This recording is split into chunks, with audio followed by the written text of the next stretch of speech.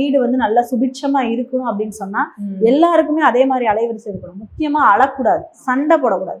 தலைவிரி கோலத்துல ரொம்ப நேரமா போய் வெளியில நின்று சீவிட்டு இருக்காங்க, இந்த மாதிரிலாம் பண்ணக்கூடாது. அந்த காலத்துல என்ன பண்ணாங்கன்னா வீட்டுக்கு பின்னாடி போய் தான் அந்த தலையெல்லாம் கோதுவாங்க. இப்பெல்லாம் வீட்டு வாசல்ல வந்தீங்கன்னா இடம் கம்மியா இருக்கு, அந்த மாதிரி விஷயங்களை பண்ணக்கூடாது. ஏன்னா அதெல்லாம் அமங்கலமாக கருதப்பட்டது. இந்த மாதிரி விஷயங்களை நீங்க ஃபாலோ பண்ணிக்கணும். சண்டை முக்கியமா வீட்டுல சண்டை போட்டாங்கனாலே அந்த வீட்டுல செல்வம் தங்காது. ஏன் மனசு அங்க அலைன்மெண்ட்ல இல்ல. சந்திரன் தானே மனசு.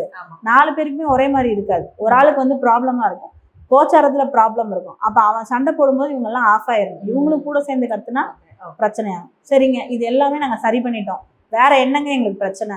தசா புத்தி பாதிக்கப்பட்டிருக்கும், அதுக்குண்டான ஒரு பரிகாரத்தை எடுத்துக்கங்க. வெள்ளிக்கிழமையில முடிஞ்ச அளவுக்கு ஒரு பாயசமோ ஒரு நல்ல ஒரு பொங்கலோ வச்சு, சக்கரை பொங்கலோ வச்சு நீங்களும் சாப்பிட்டு பக்கத்துல இருக்கவங்களுக்கும் கொடுத்து, ஒரு நல்ல ஒரு தெய்வத்தை, மகாலட்சுமி தேவிக்கு ஒரு 108 போற்றி சொல்லுங்க. எந்த ஒரு தெய்வத்தையும் சும்மா நார்மலா நீங்க மந்திரம் சொல்றதை விட ஒரு 108 போற்றி சொல்லி வணங்கும் போது அந்த தெய்வம் உங்களுக்கு கண்டிப்பா பேசும்.